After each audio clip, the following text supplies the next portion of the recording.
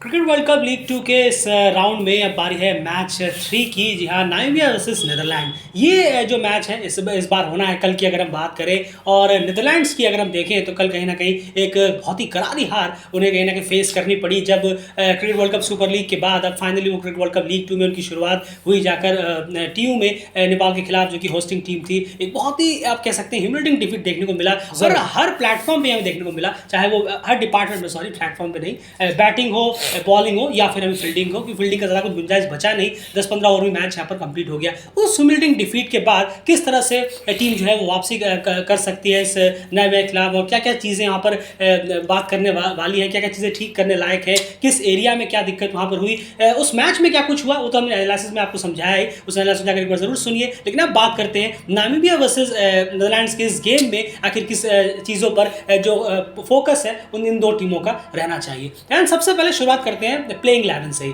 अगर प्रोबेबल 11 कहीं ना कहीं देखनी हो, क्योंकि अब इस पर डिस्कशन होगी जो लास्ट आपका परफॉर्मेंस था उसके बेसिस पर अब मैच में जो डिस्कशन होगी, तो प्रोबेबल 11 आपको क्या लगता है दोनों टीमों की ठीक है, फिर कोई गुंजाइश वहां पर आप चेंज में करना चाहेंगे? नहीं, ज़रूर देखिए, अगर हम नीदरलैंड की बात करें तो वहाँ पर तो ऑब्वियसली चेंजेस होने चाहिए। डेली क्रिकेट तो यही चाहता है कि विक्रमजीत सिंह, तेजा निदामनरू और रॉल्फ वैंडर मर्वे जो कि अब वापसी कर रहे हैं इस गेम में, जो कि हमें उम्मीद है। आईएल टी20 लीग में थे शायद। जी हाँ, वो वहाँ थे तो अब वापस आएंगे और फिर इस स्क्वाड को ज्वाइन कर रहे हैं।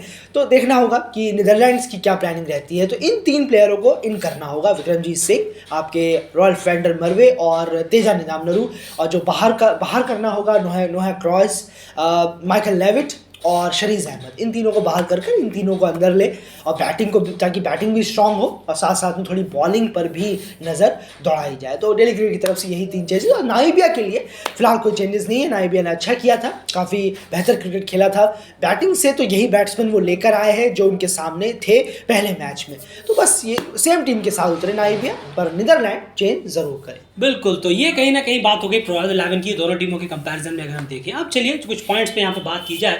शुरुआत करेंगे बैटिंग डिपार्टमेंट से। नीदरलैंड्स के लिए अगर बैटिंग डिपार्टमेंट से मैं बात करूं तो सबसे क्रूशल रहा जो कल उनका हाल रहा, अगर हम देखें नेपाल के खिलाफ, जो स्पिन के खिलाफ पूरी तरह से वो कहीं ना कहीं हमें आउटसाइड नजर आए। और ऐसा नहीं कि सिर्फ यहीं पर, हमने देखा है कि इससे पहले मैचेस में भी मेरे ख्याल से अफगानिस्तान के खिलाफ भी जब cricket world cup super league Doha में जो हुआ था, वहाँ पर स्कॉट एडवर्ड्स ने back to back 3 half centuries मारकर टीम को कहीं ना कहीं एक रेस्पेक्टेबल टोटल तक पहुंचा दिया था। वरना हालत वहाँ पे भी 160, 70, 80 वाले ही थे। आपने मैच देखा होगा, आप भी जानते होंगे। तो वहाँ पर भी टीम ने स्ट्रगल किया है और स्पिन में लगातार टीम स्ट्रगल करते हुए नजर आती है। ये चीज़ हमने नेपाल वर्सेस नीदरलैंड के मैच में भी पॉइंट आउट की थी। तो स्पिन एक बहुत बड़ा यहाँ पर सरदर्द हो रहा है। और हमने देखा किस तरह से ललित राजबंशी और जो पार्ट टाइमर्स थे, रोहित पटेल या फिर कुशल भुट्टर, उनके खिलाफ भी टीम ने स्ट्रगल किया। यहाँ पर भी नामीबिया के खिलाफ कुछ अच्छे स्पिनर्स हैं। बर्नार्ड स्कॉट की मैं बात करूँ, गिराट काफी अच्छा कर रहे हैं। यहाँ पर भी ये 20 ओवर इनके लिए सरदर्द हो सकते हैं। तो इस सिचुएशन में आपको क्या लगता है नीदरलैंड्स के बैट्समैन के लिए क्या बेटर प्लान रहेगा? ऐसा नहीं है कि स्पिनर तो आप खेल ही नहीं सकते, उसमें भी कई सारी चीज़ें होती हैं। अगर आपकी सीखने की चाह, आपकी डेडिकेशन आपका काफ़ी ज़्यादा स्ट्रांग हो। देखिए, एक दिन में तो नहीं हो पाएगा, क्लियर है। शायद वीकनेस है तो इस पर थोड़ा वक्त लगेगा, क्योंकि इस पर ध्यान तो देती नहीं है। अगर हम देखें टीमें बात करें, ज़्यादातर जो ओवरसीज टीमें रहती हैं, यूरोपियन टीम जो रहती है, उस पर ध्यान बहुत कम देती हैं। जो विदेशी टीमें रहती हैं, चाहे फुल मेंबर्स को भी ले लीजिए, चाहे आप एसोसिएट में भी ले लीजिए, बहुत ही कम है जो अच्छे स्पिन्स को खेल पाते हैं। तो ये सबसे इम्पॉर्टेंट यही रहेगा कि जैसा हमने कहा भी था कि स्पिन्स के खिलाफ आपको अपने पैरों का इस्तेमाल बहुत ज़्यादा करना होगा। फीट मूवमेंट बहुत ज़्यादा तेज़ी के साथ होनी चाहिए, रीड होनी चाहिए बॉल की कि बॉल पड़ कहाँ रही है, तभी आप स्पिन खेलने में सक्सेस रहेंगे। अगर आपको लगता है कि, जैसे कि हुआ वेस्ट इंडीज को लग रहा था कि बॉल टर्न नहीं होगी, वो डिफेंड करते गए और अपना स्टंप दिखाते गए, और किस तरीके से वो आउट हुए। बॉल एक टर्न हुई, स्पिन हुई और बोल्ड हो गए। तो स्पिन पर अपना फीट मूवमेंट स्ट्रांग करना होगा। स्वीप खेल रहे हैं तो स्वीप में 100% मेक श्योर करना होगा कि आप, स्वीप भी एक अच्छा तरीका है स्पिन को टैकल करने का, लेकिन किस लेंथ पर है, कितनी ज़्यादा खिंची हुई बॉल है, कहाँ डल रही है। क्या पता वो बैकफुट पे खेलने की हो, लेकिन आप उसे स्वीप बना दे रहे हैं, या फिर ज़्यादा ही फुल बॉल है या आप उसे स्वीप बना दे रहे हैं। तो ये अपने माइंड में थोड़ा सा एडजस्ट करने की ज़रूरत है। ये कौन सी बॉल कितनी तेज़ी के साथ आ रही है, स्पिन की कितनी टर्न हो रही है। और टर्न से पहले दो ही चीज़ें होंगी, फीट मूवमेंट को स्ट्रांग करना है और थोड़ा पढ़ना है जल्दी से कि बॉल आखिर किस लेंथ पर आ रही है, जो कि आसान नहीं है। बोलना बहुत आसान है, 10 सेकंड में बोल दिया, कितनों का तो करियर चला जाता है लेकिन फिर भी सीख नहीं पाते। बिल्कुल सही कहा। तो यहाँ पर टीम बहुत लैक कर रही है, चाहे आप कितना भी cricket world cup super league खेल कर आए हो या फिर कितने भी वर्ल्ड कप में हो, लेकिन ये प्रॉब्लम जो है वो अभी भी उजागर वैसी की वैसी है। यानी क्लियरली है, फीट मूवमेंट का इस्तेमाल अगर आप बहुत ही बॉल को रीड कर पढ़ कर करते हैं तो डेफिनेटली आप बहुत ही अच्छे से और बहुत ही कंफर्टेबली टैकल कर लेंगे लेफ्ट आर्म स्पिनर्स को। यहाँ पर अगर हम देखें या फिर किसी भी स्पिनर्स को जिन्हें टर्न मिल रही हो, टर्निंग पिच है, वो दोनों मैचेस में हमें देखने को यहाँ पर जरूर मिला है। तो ये कहीं ना कहीं है, फीट मूवमेंट का इस्तेमाल देखना होगा, हमारी नजर रहेगी कि कितना फीट मूवमेंट का इस्तेमाल कर रहे हैं। अगर बैट्समैन ने अच्छा परफॉर्मेंस किया है कल के मैच में नामीबिया के खिलाफ नीदरलैंड्स के बैट्समैन ने, तो यकीन मानिए स्पिनर्स के खिलाफ उनका फीट मूवमेंट काफी बेहतर रहा होगा, तभी ये रिजल्ट आपके सामने देखने को मिलेगा। चलिए नामीबिया की यहाँ बैटिंग की बात करते हैं। सीधी सी बात है, अगर हम प्रीवियस मैच से यहाँ पर डिस्कस करें तो एक ही चीज वहां पर कमी दिखी थी, वो था खराब शॉट खेलकर अपना विकेट गंवा देना।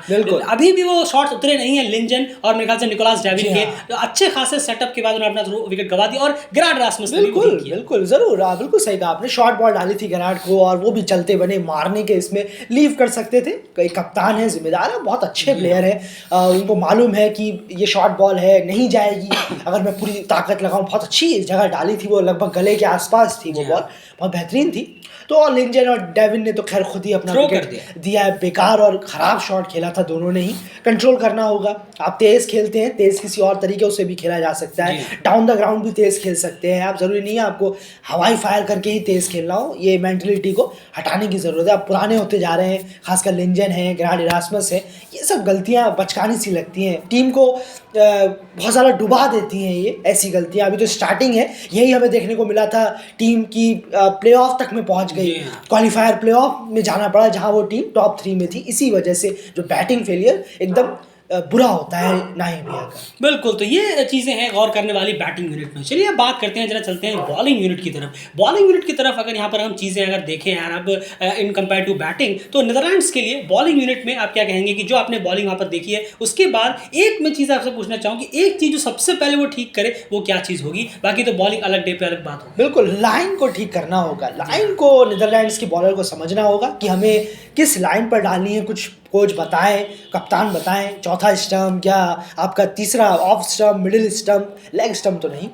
तो ये कुछ तरीका होना चाहिए बॉलिंग का। लाइन ही नहीं मालूम, प्लेयर कहाँ डाल रहे हैं, full toss Shariz Ahmad, Aryan Dutt slot में डाल रहे हैं, फुल टॉस डाल रहे हैं, लेग साइड में डाल रहे हैं, फील्डर है नहीं। सबसे पहला काम होगा लाइन को बस पहले लाइन पकड़िए, उसके बाद हम एनालाइज करेंगे अगर अच्छी लाइन रहेगी। बिल्कुल, तो सबसे पहले तो लाइन पे ही आप आए, जो कि बॉलर के लिए सबसे कंपलसरी है कि आप वाइड एक्स्ट्रास के रन ना दें या फिर बहुत ही ज़्यादा रूम ना दें प्लेयर्स को, वो भर भर के कल नीदरलैंड्स ने दिया था। तो सबसे पहले तो आप लाइन पर आइए, उसके बाद फिर आगे बात करेंगे मैच के कि लेंथ और बाकी सब चीज़ें क्या रही हैं, कौन सी एरियाज में रही हैं। सबसे पहला काम रहेगा लाइन। नामीबिया के बॉलर्स की अगर बात करें तो मेरे ख्याल से नामीबिया ने जो बॉलर्स ने वो काफ़ी बेहतरीन काम किया था, बहुत ही बेहतरीन काम किया था। अगर हम देखें स्पिनर्स को, उसके बाद देखें अगर गेरार्ड रासमस ने कहीं ना कहीं 5 ओवर पर निकाल दिया था। पेसर्स में रूबल ट्रम्पलमैन ने बहुत शानदार किया, जैक ब्रासिल को मौका जरूर मिला लेकिन उन्होंने भी कहीं ना कहीं थोड़ा सा इम्प्रेस किया अपने जो उनके 5 ओवर का टीम के उन्होंने वो काम जरूर आया। लेकिन वहीं पर एक छोटा सा लूप होल हमें नजर आया लुंगा मिनी, उनके बारे में आप क्या कहेंगे? बिल्कुल, वो वीक लिंक तो है और फील्डिंग भी वीक लिंक है नामीबिया की, फील्डिंग बहुत कमजोर रही थी। बिल्कुल सही कहा। तो फील्डिंग को भी स्ट्रॉन्ग करने की जरूरत है, लेकिन बॉलिंग ने अपना काम किया था। अर्ली